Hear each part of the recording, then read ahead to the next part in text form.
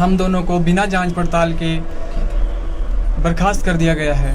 अगर यह जुर्म है तो एक कर्मचारी को बोलने का अधिकार कहां तक सीमित है।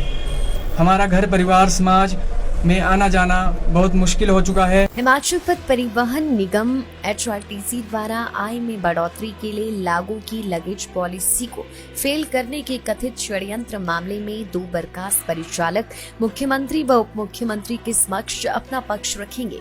रिकांगपिओ यूनिट के बर्खास्त रवि कुमार व सुनील कुमार परिचालकों ने आज मीडिया से रूबरू होते हुए कहा कि उनकी कोई ऐसी मंशा नहीं थी कि सरकार की वह इस पॉलिसी का विरोध करे।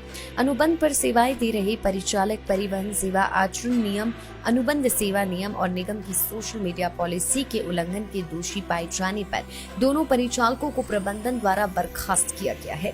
HRTC से बर्खास्त परिचालक सुनील कुमार ने कहा कि निगम प्रबंधन द्वारा कुछ समय पहले नई लगेज पॉलिसी लागू की गई थी। इस नई लगेज पॉलिसी को फेल करने के षड्यंत्र रचने का आरोप हम 2 परिचालकों पर लगाते हुए हमें दोषी ठहराया गया व बर्खास्त किया गया। उन्होंने कहा कि मजबूरन आरोपों के चलते हमें आज मीडिया के समक्ष आना पड़ा। HRTC की लागू हुई नई लगेज पॉलिसी को लेकर काफी बवाल मचा था और कई ऐसे मामले सामने आए थे जिनसे निगम की छवि खराब हो रही थी। उन्होंने कहा कि हम भी इस विषय को लेकर अपने छोटे से WhatsApp ग्रुप पर केवल चर्चा कर रहे थे, न कि किसी सार्वजनिक प्लेटफॉर्म पर बात कर रहे थे जिससे कि जनता के बीच गलत संदेश जाए। हम केवल अपनी बातें ग्रुप में अपने कर्मचारी साथियों के बीच ही रख रहे थे। चर्चा की कुछ प्रतिलिपियों के आधार बनाकर प्रबंधन के समक्ष रखा गया और हमें बिना जांच पड़ताल के ही बर्खास्त कर दिया गया है। सामान की जो नई लगेज पॉलिसी आई है उसको फेल करने के षड्यंत्र का मुद्दा मीडिया में छाया हुआ है, जिसमें कि इस मामले में रिकांगपिओ इकाई के 2 परिचालकों को बर्खास्त कर दिया गया है और उक्त मामले में जो 2 परिचालक बर्खास्त हुए हैं वो परिचालक हम दोनों हैं। आज बड़े दुख के साथ, ना चाहते हुए भी मुझे मीडिया के सामने आना पड़ रहा है, क्योंकि अगर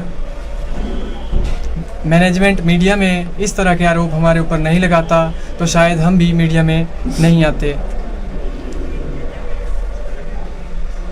आपको पता ही होगा कि पिछले कुछ दिनों से मीडिया में HRTC की नई लगेज पॉलिसी जो कि आई है वह लागू हुई।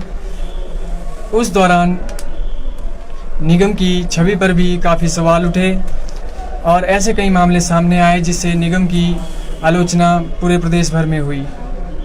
हम भी इसी विषय को लेकर अपने WhatsApp ग्रुप पर केवल अपने परिवार के सदस्यों के बीच यह चर्चा कर रहे थे, ना कि किसी ऐसे सार्वजनिक प्लेटफॉर्म पर इस बात को कर रहे थे कि जिससे जनता के बीच गलत संदेश जाता और निगम की छवि जिससे कि खराब हुई हो। उन्हीं चर्चा के आधार की कुछ प्रतिलिपियों को लेकर और प्रबंधन द्वारा उन्हीं को आधार बनाकर हम दोनों को बिना जांच पड़ताल के बर्खास्त कर दिया गया है। हम आप सभी के माध्यम से मैनेजमेंट से ये पूछना चाहते हैं कि अपने परिवार के बीच में चर्चा करना क्या, WhatsApp ग्रुप में चर्चा करना क्या कोई जुर्म है? अगर यह जुर्म है तो एक कर्मचारी को बोलने का अधिकार कहां तक सीमित है? क्या भारत जैसे लोकतांत्रिक देश में एक कर्मचारी को बोलने का अधिकार नहीं है या अपनी बात रखने का अधिकार नहीं है? निगम प्रबंधन ने हमें आतंकवादी घोषित किया हुआ है। हमारा घर परिवार समाज में आना जाना बहुत मुश्किल हो चुका है, जबकि हमने इतना बड़ा कोई गुनाह नहीं किया है जिसकी सज़ा हमें इतनी बड़ी दी गई है।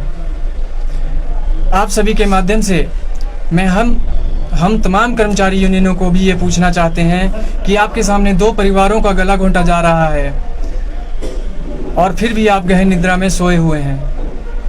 ये लड़ाई केवल हमारी ही नहीं अपितु अंतिम पायदान पर खड़े उस हर एक कर्मचारी की है जो कर्मचारी आप पर विश्वास जताते हैं और ये विश्वास करते हैं कि जब भी उनके साथ गलत होगा तो आप आगे आकर उन कर्मचारियों की आवाज़ बनेंगे। हम याद दिलाना चाहते हैं उन सभी यूनियन के प्रतिनिधियों को जो हनुमान की भांति अपनी शक्तियों को भूल गए हैं, अपनी शक्ति को पहचानो और जो गलत हमारे साथ हुआ है उसके लिए हमारे साथ खड़े होकर हमारा प्रतिनिधित्व करो। ये किसी भी विभाग के इतिहास में होने वाला शायद ही ऐसा पहला टर्मिनेशन होगा जिसमें तमाम कर्मचारी यूनियनें गलत को गलत कहने से डर रही हैं और मौन धारण किए हुए हैं। हम यहाँ पर आपके समक्ष केवल अपना पक्ष रखने आए हैं, क्योंकि जनता के बीच हमारे प्रति जो संदेश गलत तरीके से डिलीवर हुआ है उससे हमें मानसिक रूप से बहुत ही प्रताड़ना का सामना करना पड़ रहा है।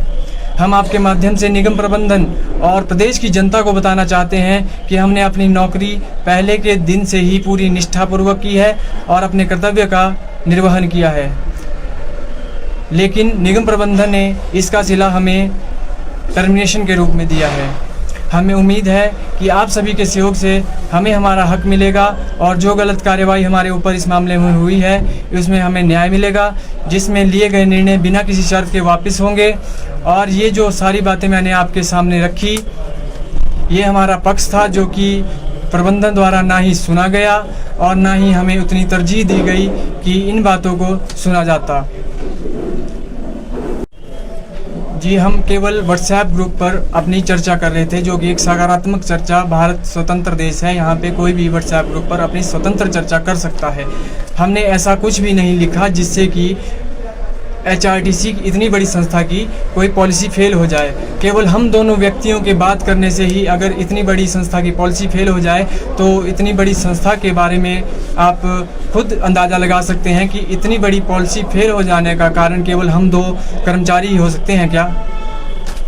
सर, जो ऐसी कोई बिल्कुल मंशा नहीं थी कि हम ऐसा करेंगे। हम अपनी एक सकारात्मक चर्चा जो भी पूरे दिन घटनाक्रम के बाद होती है केवल वही कर रहे थे और हमारा ऐसा कोई भी इंटेंशन नहीं था कि इसमें किसी भी तरह से हम किसी को बुरा भला कहें या इस तरह से बात करें और ये जिससे कि निगम की छवि खराब हो। हमें पता है हमारी रोजी रोटी निगम से चलती है और निगम ही की वजह से हमारा घर परिवार चला हुआ है, इसलिए हम कभी भी ऐसा कोई काम नहीं करते जिसकी वजह से निगम की छवि खराब हो। लेकिन जैसे कि आपने बताया कि इससे निगम की छवि खराब होने का आरोप हमारे ऊपर लगाए गए हैं, वो बिल्कुल ही बेबुनियाद और निराधार हैं, क्योंकि केवल एक व्हाट्सएप ग्रुप के चैटिंग किस हद तक निगम की छवि खराब कर सकती है। हमें प्रबंधन ये भी बताए कि इस चैटिंग से कितने लेवल तक किसी को हानि हुई है या ये मैसेज हमारा कितने बड़े प्लेटफॉर्म पर कितनी जनता के बीच में गया है, जो कि